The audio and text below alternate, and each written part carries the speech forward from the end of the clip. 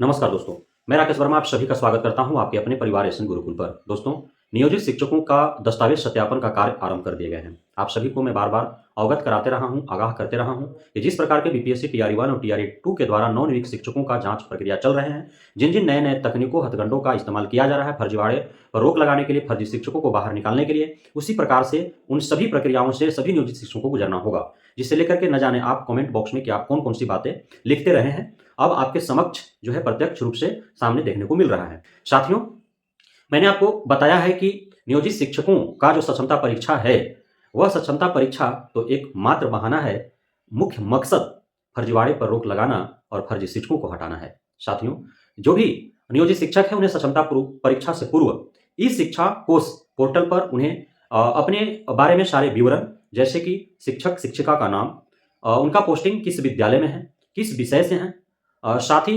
उनका नियुक्ति कब हुआ, उन्होंने योगदान कब लिया, इन सारे विवरण उनको देने हैं। साथ ही जो भी उनका शैक्षणिक, प्रशैक्षणिक पात्रता, अर्हता से संबंधित जो कागजात हैं उन्हें ई-शिक्षा कोष पोर्टल पर अपलोड करने हैं।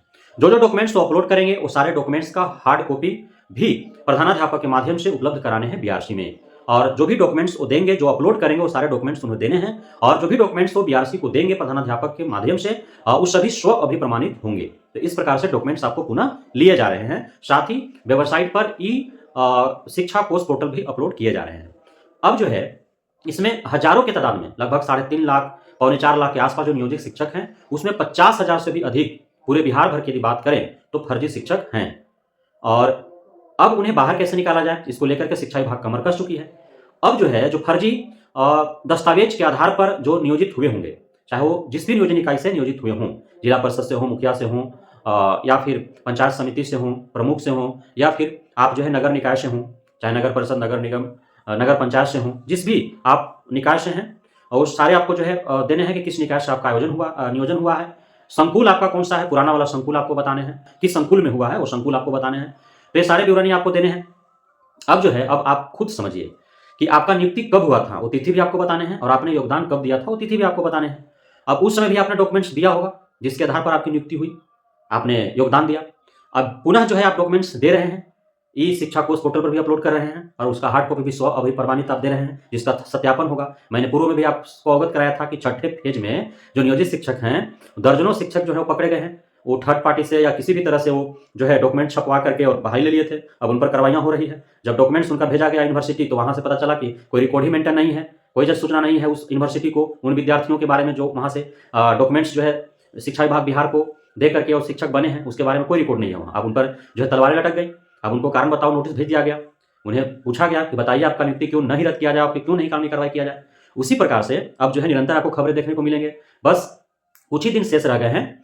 सभी नियोजित शिक्षकों, सभी 3.5 लाख, पौने 4 लाख जो नियोजित शिक्षक हैं, उन सभी का जो है सारे विवरण जो मैंने बताया और सारे डॉक्यूमेंट्स उनका वो सब इस शिक्षा कोष पोर्टल पर अपलोड होंगे। साथ ही सारे जो उनका डॉक्यूमेंट्स है स्व अभिप्रमाणित कर उनका जो है सभी बीआरसी में जमा होगा। बीआरसी से डीओ ऑफिस जाएगा, डीओ ऑफिस से फिर शिक्षा विभाग जाएगा और हर जगह उनका जांच होगा। प्रधानाध्यापक जांच करके बीआरसी को देंगे, बीआरसी जांच करके डीओ को देगा, डीओ जांच करके जो है शिक्षा विभाग को देगा और हर जगह वो छंटते चले जाएंगे। डीओ जब शिक्षा विभाग को देगा अंततः तो सारे डॉक्यूमेंट्स जो है वो जांच होगा, कौन यूनिवर्सिटी से, कौन बोर्ड से आपका क्या चीज है, वहां से जांच होगा और फिर अंतिम जांच जो है अब तो यूजीसी से होने लगा है जांच। जो भी आपका ग्रेजुएशन का, पोस्ट ग्रेजुएशन का, बीएड का जो डिग्री है वो यूजीसी से हो रहा है, यूनिवर्सिटी से भी नहीं, यूजीसी से। यदि यूनिवर्सिटी भी यदि गलत किया होगा तो भी पकड़ा जाएगा, क्योंकि यूजीसी में यदि रिकॉर्ड नहीं है मतलब आप फर्जी है। जो आप डीएलएड का डिग्री होगा, मैट्रिक इंटर का डिग्री होगा, वो सभी जो है बोर्ड से जांच होंगे और बोर्ड में यदि रिकॉर्ड मेंटेन नहीं होगा, चाहे जिस भी board, Bihar board, Jharkhand board, UP board, Bengal board, पूरे भारत के किसी भी बोर्ड से हैं, किसी भी यूनिवर्सिटी से हैं, तो सारे जांच होंगे और आप पकड़े जाएंगे।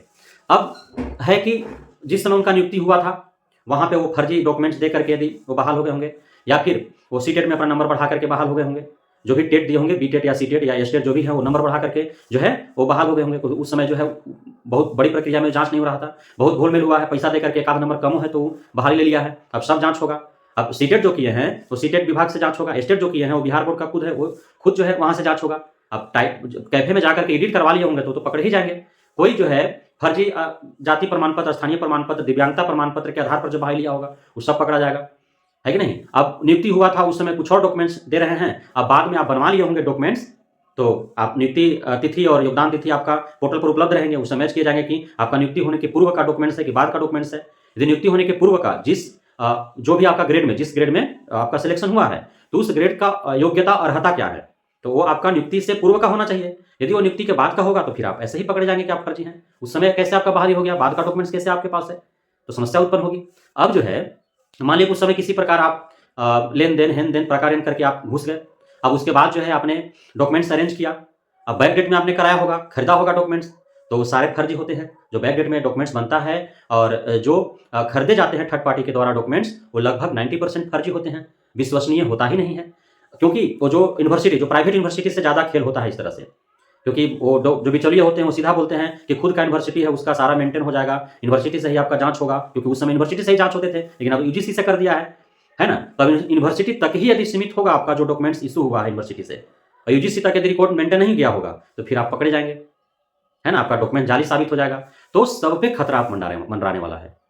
और यह जो है 18 जनवरी 2024 को शिक्षा विभाग के जो जिला स्तरीय शाखा है वहां के आला अधिकारियों के द्वारा निर्गत कर दिए हैं पत्र कि जो नियोजित शिक्षक इस शिक्षा कोष पोर्टल पर जो भी डॉक्यूमेंट्स उन्होंने अपलोड किया है, चाहे शैक्षणिक हो, प्रशैक्षणिक है, व्यवसायिक हो, या फिर उसका अनुभव से संबंधित हो, दिव्यांगता प्रमाण पत्र हो, या फिर आरक्षण जिस आधार पर लिया उसका प्रमाण पत्र हो, तो सारे जो है हार्ड कॉपी उनको बीआरसी में जमा कराने हैं। और जिन्होंने अब तक नहीं ई पोर्टल पर, ई शिक्षा कोष पोर्टल पर जिन्होंने अभी तक अपडेट नहीं किया है, वो सभी को यथाशीघ्र अपडेट कर लेने हैं। और जो नहीं करेंगे वो सक्षमता परीक्षा से वंचित रह जाएंगे और फिर उन पर कार्रवाइयां होगी। यह मान करके कि आपने चूंकि पोर्टल पर अपडेट नहीं किया, हार्ड कॉपी बीआरसी में जमा नहीं किया, शिक्षा विभाग को नहीं दिए, इसलिए आप खुद ही यह साबित कर रहे हैं कि आप फर्जी हैं।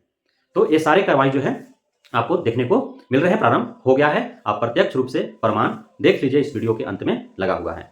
तो बहुत बहुत धन्यवाद आप सभी साथियों का हमारे साथ जुड़े रहने के लिए, बढ़ने के लिए, हमें इतना प्यार देने के लिए, हम पे भरोसा बनाए रखने के लिए। जय हिंद।